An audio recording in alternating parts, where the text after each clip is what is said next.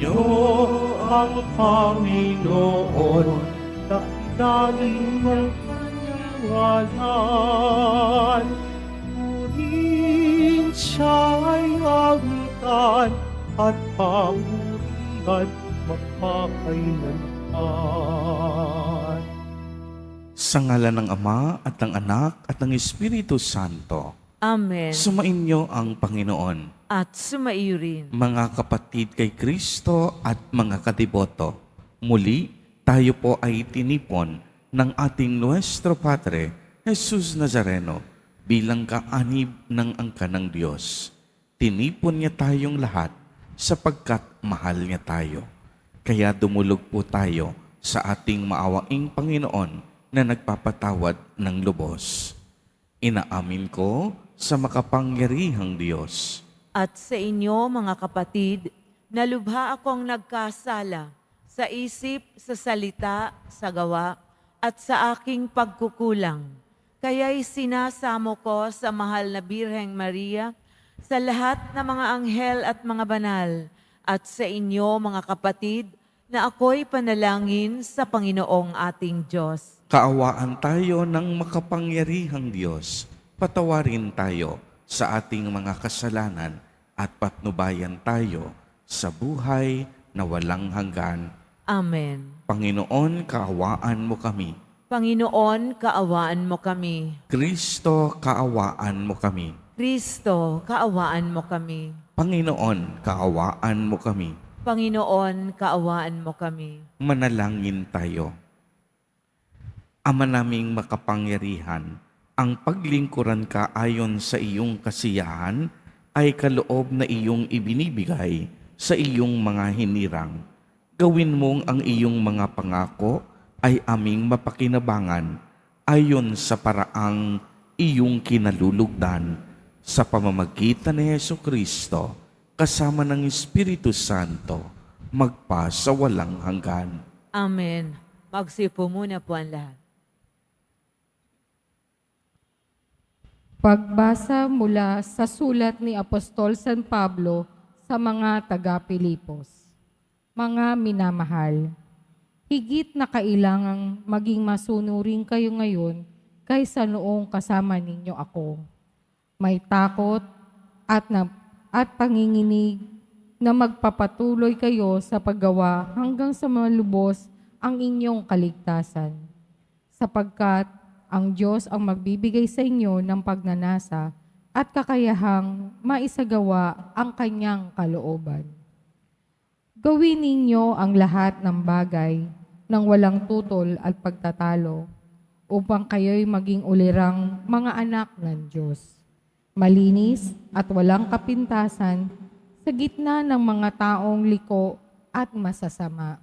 Sa gayon, magsisilbi kayong ilaw sa kanila. Tulad ng talang nagniningning sa kalangitan, samantalang inihahatid ninyo sa kanila ang balita ng kaligtasan. Pagdating ni Kristo ay maipagmamalaki ko kayo sapagkat hindi mawawala ng kabuluhan ang aking pagpapagal. Ikinagagalak ko at hinahatian ko kayo ng aking kagalakan. Kung ang dugo ko man ay maging handog bilang kaganapan ng paglilingkod sa inyong pananampalataya sa Diyos, kung magkagayon, dapat din kayong magalak at hatian ninyo ako ng inyong kagalakan. Ang salita ng Diyos. Salamat sa Diyos. Panginooy aking tanglaw, siya'y aking kaligtasan. Panginooy aking tanglaw, siya'y aking kaligtasan. Tanglaw ko'y ampuon, aking kaligtasan. Kaya walang takot ako kanino man. Sa mga panganib, kanyang iingatan. Kaya naman ako'y walang agam-agam. Panginooy aking tanglaw, siya'y aking kaligtasan. Isang bagay lamang ang aking nitiin. Isang bagay itong sa poon hiniling. Ang ako'y lumagi sa banal na templo upang kagandahan niya'y mamamasdan ko at yung pagtubay niya ay matanmo. mo. Panginooy aking tanglaw, siya'y aking kaligtasan. Ako'y nananalig na bagong mamatay, masasaksihan ko ang kanyang kabutihan na igiginagawad mo sa mga hinirang. Sa Panginoong Diyos, tayo'y magtiwala, ating patatagin ang paniniwala. Tayo'y umasa sa kanyang kalinga. Panginooy aking tanglaw, siya'y aking kaligtasan. Magsitayo na po ang lahat.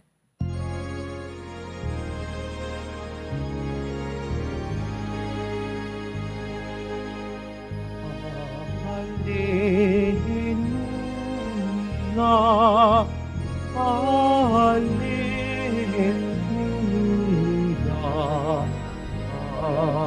Alleluia, Alleluia.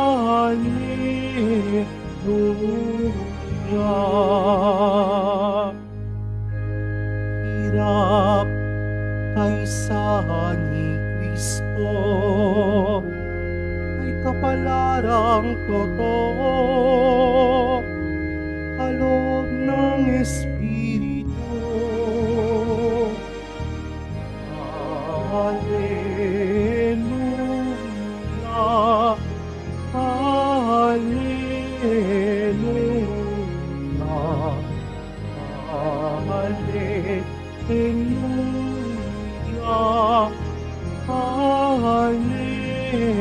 Alleluia.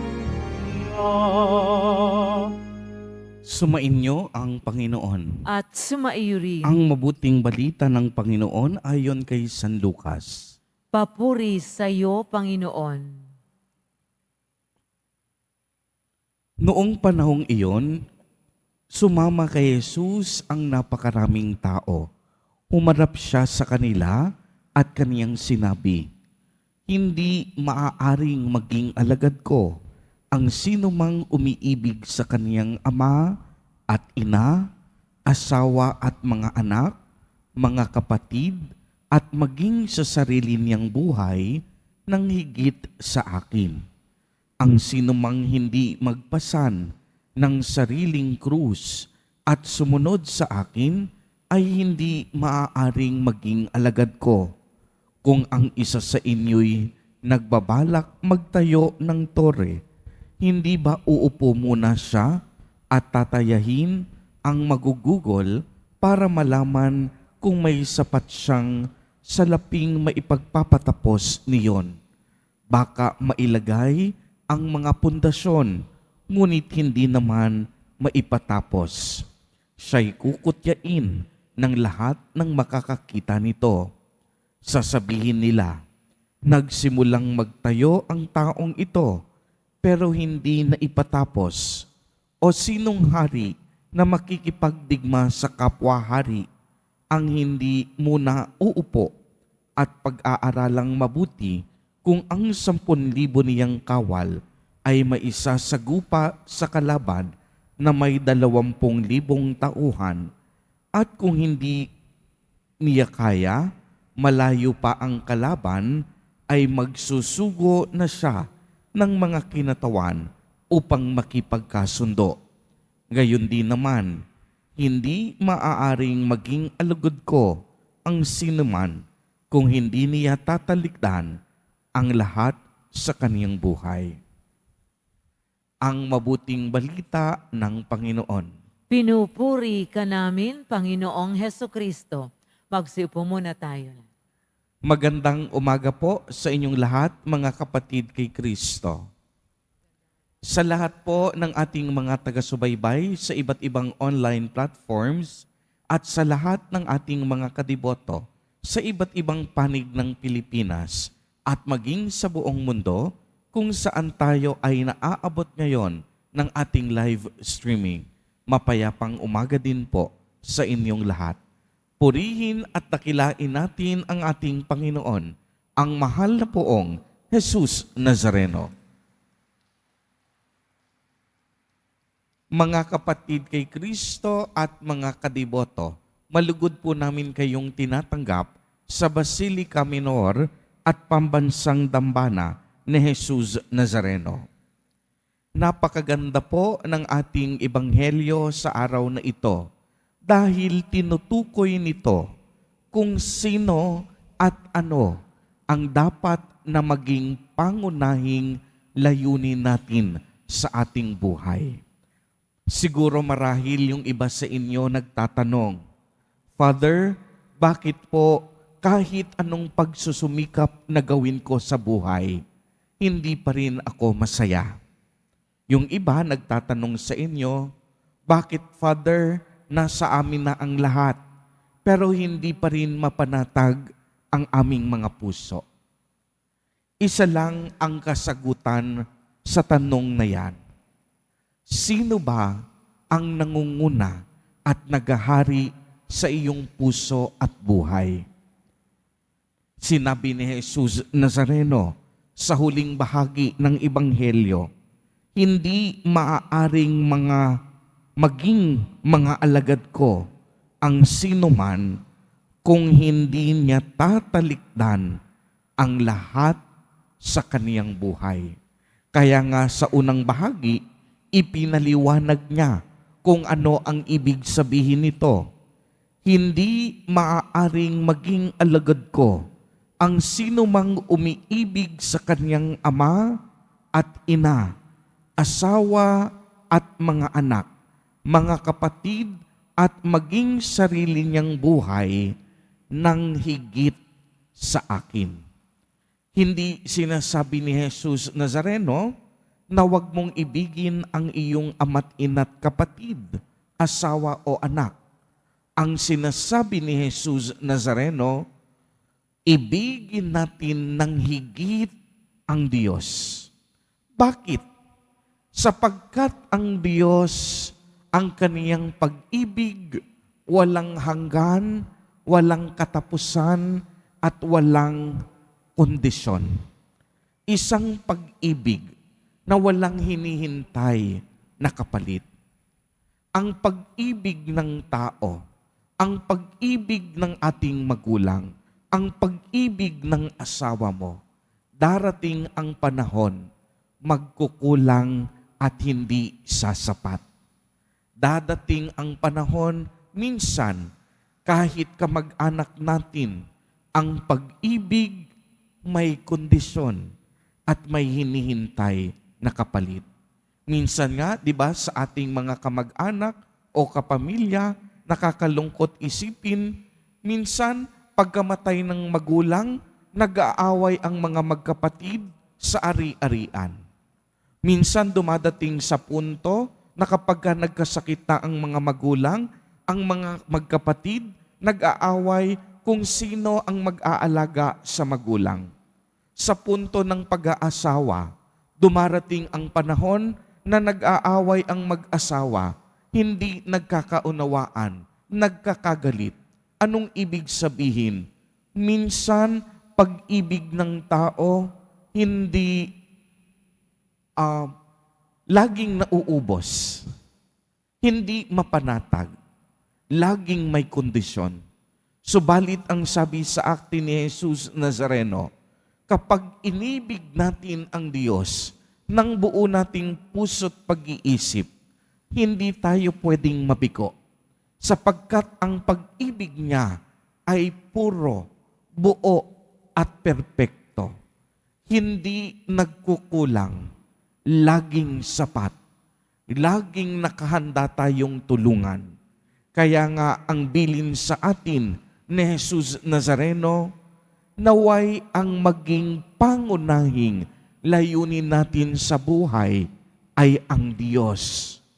Ang maglingkod sa Diyos, ang mahalin ang Diyos, dahil kung mamahalin natin at paglilingkuran natin ang Diyos, hinding-hindi tayo mabibigo. Tanging ang pag-ibig ng Diyos lamang ang makabubuo at makakakumpleto sa ating buhay. Sapagkat tanging Diyos lamang ang makapagbibigay halaga at katuturan sa ating buhay.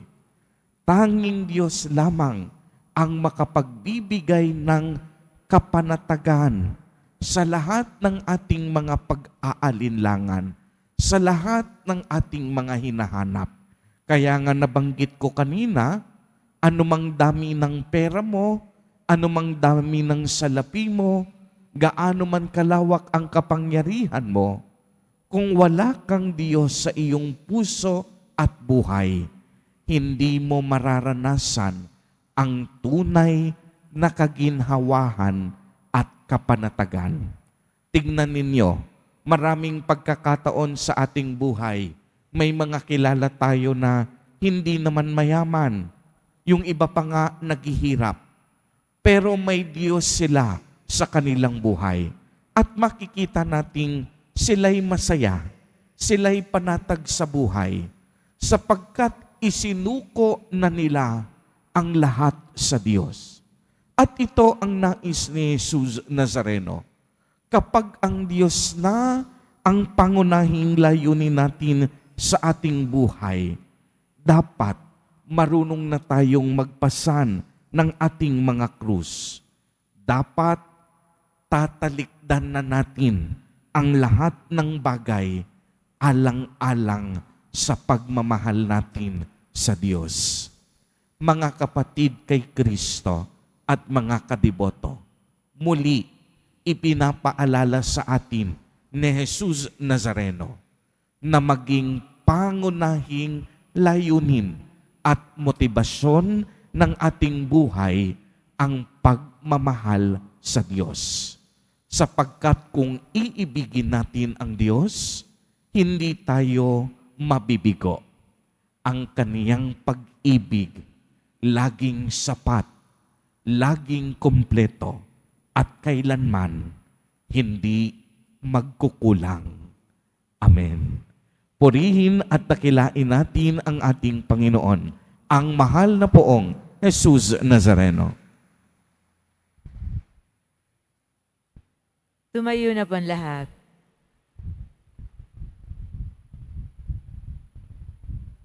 Minamahal kong mga kapatid, lumapit po tayo sa Diyos Ama upang makasunod tayo kay Kristo nang hindi pabago-bago at makatuon sa mga hamon ng pagiging alagad. Sa bawat panalangin ang ating itutugon, sa ngalan ni Jesus, pakinggan mo ang aming panalangin.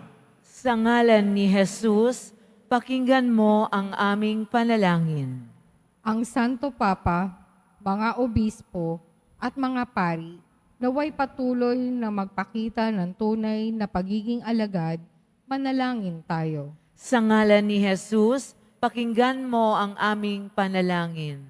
Atin nawang iwaksi ang pananalalig sa mga material na kayamanan at matagpuan ang tunay na katatagan sa Diyos, manalangin tayo. Sa ngalan ni Jesus, pakinggan mo ang aming panalangin.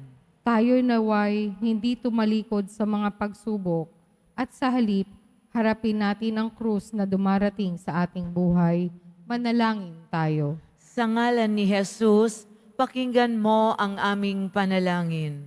Ang mga may pinapasang krus sa katawan, isip o sa espiritual na paghihirap, naway matutong lumakad sa mga yapak ni Jesus, manalangin tayo. Sa ngalan ni Jesus, pakinggan mo ang aming panalangin. Ang ating mga yumaong kamag-anak at kapatid na nagpasan ng krus ni Kristo sa mundong ito, naway maging maligaya na sa walang hanggang kasiyahan sa langit.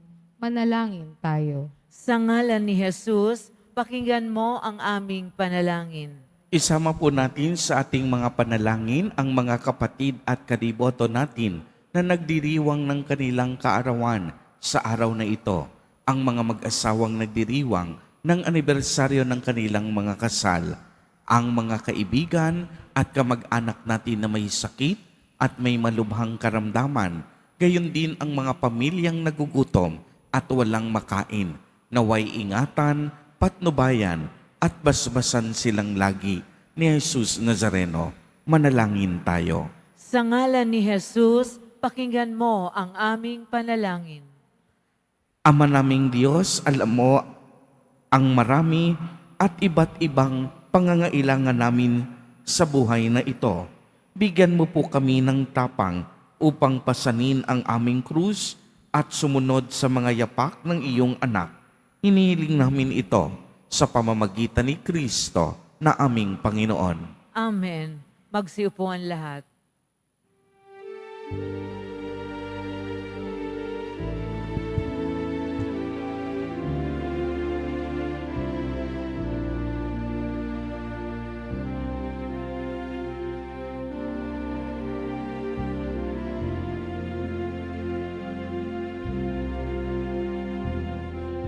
Kung tinapay at alak na mula sa'yo, muling hangin sa kabutihan mo. Kunin at tanggapin ang alay sa'yo. Masasalamat ng puso.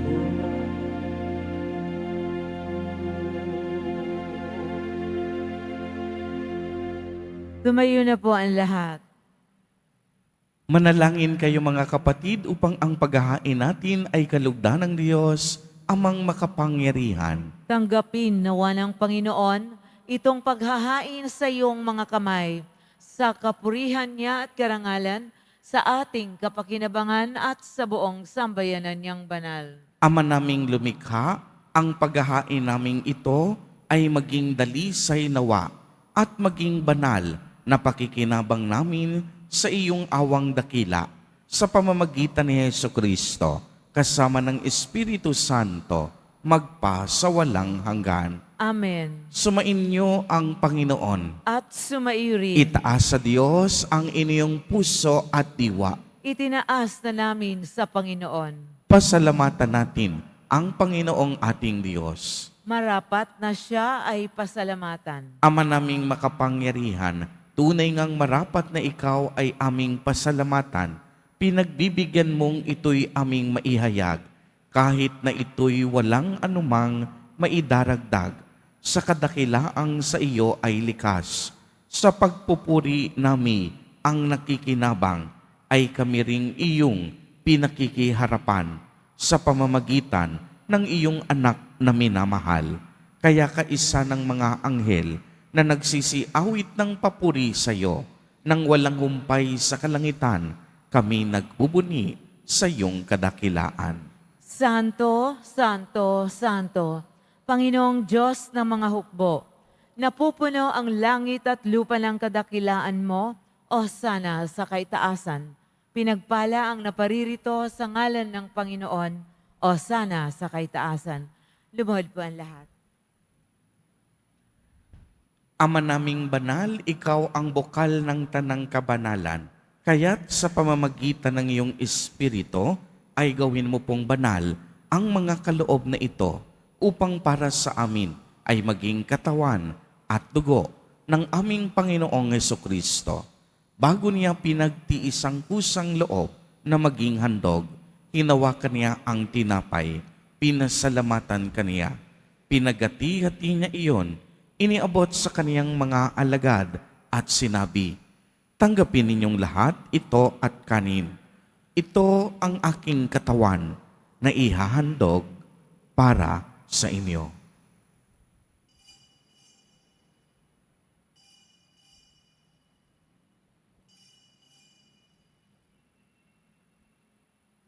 Gayon din naman noong matapos ang hapunan, hinawakan niya ang kalis. Muli kaniyang pinasalamatan. Iniabot niya ang kalis sa kaniyang mga alagad at sinabi, "Tanggapin ninyong lahat ito at inumin. Ito ang kalis ng aking dugo, ng bago at walang hanggang tipan, ang aking dugo na ibubuhos para sa inyo at para sa lahat sa ikapagpapatawad ng mga kasalanan. Gawin ninyo ito sa pag-alaala sa akin."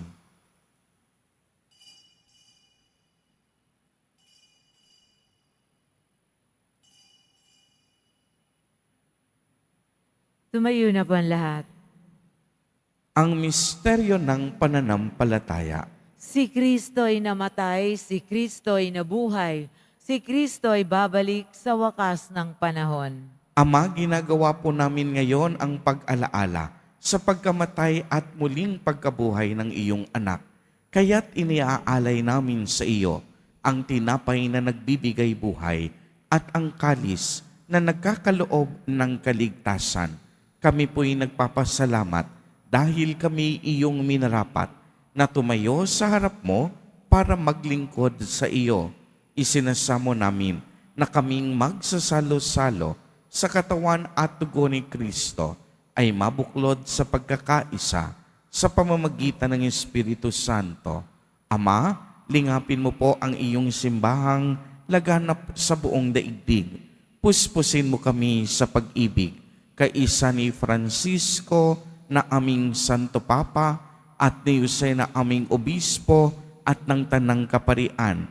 Alalahanin mo rin ang mga kapatid naming nahimlay nang may pag-asang sila'y muling mabubuhay, gayon din ang lahat ng mga pumanaw. Kaawaan mo po sila at patuloyin sa iyong kaliwanagan. Kaawaan mo at pagindapatin kaming lahat na makasalo sa iyong buhay na walang wakas, kaisa ng mahal na Birheng Maria na Ina ng Diyos, ng kabiyak ng puso niyang si San Jose, kaisa ng mga apostol at ng lahat ng mga banal na namuhay dito sa daigdig ng kalugod-lugod sa iyo, maipagdiwang nawa namin ang pagpupuri sa ikararangal mo sa pamamagitan ng iyong anak na aming Panginoong Hesukristo. Sa pamamagitan ni Kristo, kasama niya at sa Kanya, ang lahat ng parangal at papuri ay sa iyo, Diyos amang makapangyarihan, kasama ng Espiritu Santo, magpa sa walang hanggan. Amen. Sa tagubili ng mga nakagagaling na utos at turo ni Jesus na Panginoon natin at Diyos, ipahayag po natin ng lakas loob. Ama namin, sumasalangit ka. Sambahin ang ngalan mo, mapasa amin ang kaharian mo, sundin ang loob mo dito sa lupa para nang sa langit. Bigyan mo kami ngayon ng aming kakanin sa araw-araw at patawarin mo kami sa aming mga sala para ng pagpapatawad namin sa nagkakasala sa amin. At huwag mo kaming ipaintulot sa tukso at iadya mo kami sa lahat ng masama. Hinihiling po namin na kami iadya sa lahat ng masama, pagkalooban ng kapayapaan araw-araw, iligtas sa kasalanan at ilayo sa lahat ng kapahamakan, samantalang aming pinananabikan ang dakilang araw ng pagpapahayag ng tagapagligtas naming si Hesukristo. Sapagkat iyo ang karian at ang kapangyarihan at ang kapurihan magpakilanman. Amen. Panginoong Hesukristo, sinabi mo sa iyong mga apostol, kapayapaan ang iniiwan ko sa inyo, ang aking kapayapaan ang ibinibigay ko sa inyo. Tunghayan mo ang aming pananampalataya at huwag ang aming mga pagkakasala. Pagkalooban mo po kami ng kapayapaan at pagkakaisa ayon sa iyong kalooban, kasama ng Espiritu Santo, magpa sa walang hanggan. Amen. Ang kapayapaan ng Panginoon ay laging sumainyo. At sumaiyo rin. Magbigayan po tayo ng kapayapaan sa isa't isa.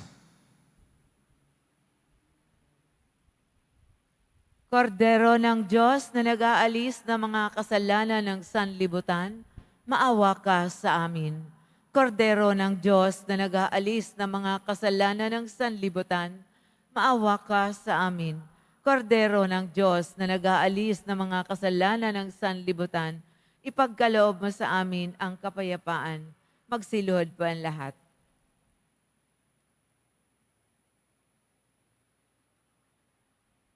Ito ang kordero ng Diyos. Ito ang nag-aalis ng mga kasalanan ng sanlibutan. Mapalad ang inaanyayahan sa kaniyang piging. Panginoon, hindi ako karapat-dapat na magpatuloy sa iyo, Ngunit sa isang salita mo lamang ay gagaling na ako.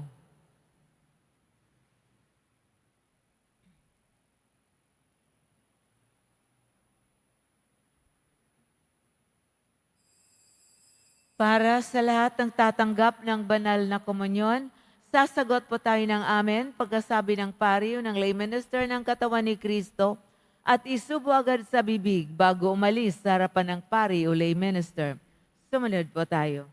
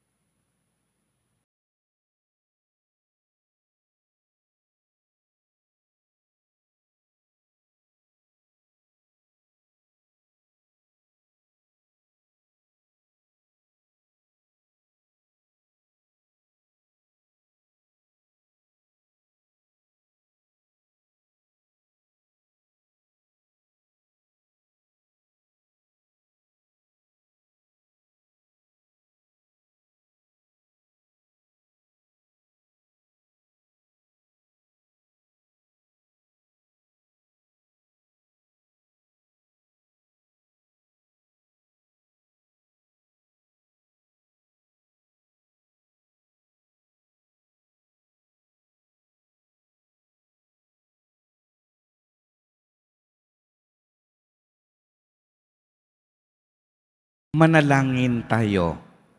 Ama naming mapagmahal, magkaroon nawa ng karagdagang bunga ang iyong ginagampanan sa aming banal na pakikinabang upang sa aming pagsasalo maging handa kaming tumanggap sa katuparan ng pangako mo sa pamamagitan ni Jesucristo kasama ng Espiritu Santo magpa sa walang hanggan. Amen.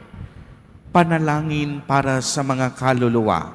Mga kapatid, atin pong ipagdasal ang ating mga minamahal na yumao at lahat ng mga kaluluwa sa purgatorio. Panginoon naming Diyos, Ama namin, Ikaw po ang dahilan ng aming pagsilang. Sa iyo galing ang aming hiram na buhay. Buong kababaang loob po kaming nananalangin at kami nagmamakaawang kalugdan mo po ang mga kaluluwa ng mga pumanaw sa mundong ito. Sila naway magkamit ng buhay sa iyong piling. Alisin mo ang anumang mga karumihan ng kasalanan upang sila ay maging marapat sa iyong walang hanggang kalinisan.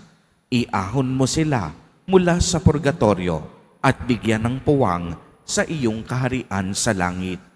Kapayapaan kailanman ang igawad ng may kapal sa mga yumaong nagsipanaw. Sila naway silayan ng iyong ilaw na walang hanggan. Amen. Mapanatag nawa sila sa kapayapaan. Amen.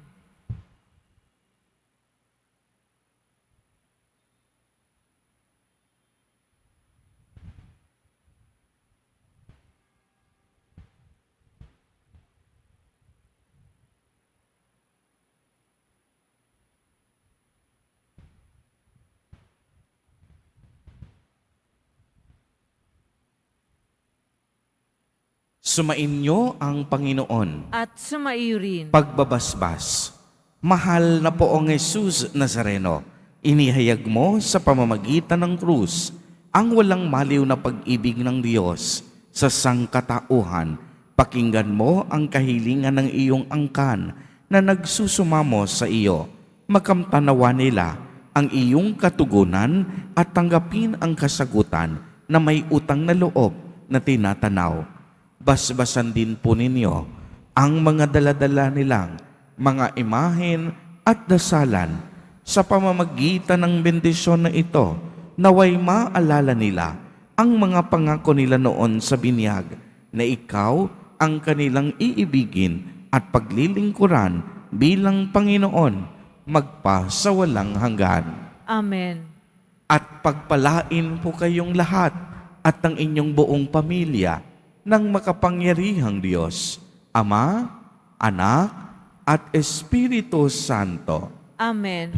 Humayo kayong taglay ang pag-ibig at kapayapaan ng poong Jesus Nazareno. Salamat sa Diyos.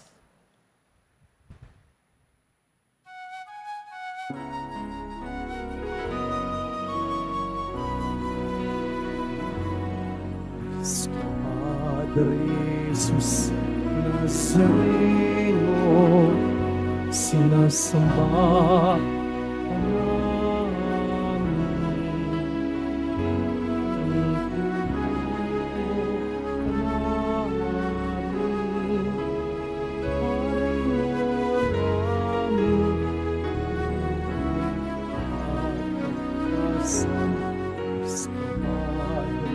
Jesus Nazareno, ligtas mo kami sa kasalanan. Ang puso na mahiwanan, sinisag ng aming kaligtasan. Cristo Padre Jesus Nazareno, inarangal ka namin. Cristo Padre Jesus Nazareno, iniwalhati ka namin. Cristo Padre Jesus Nazareno, inarangal ka namin. Cristo Padre Jesus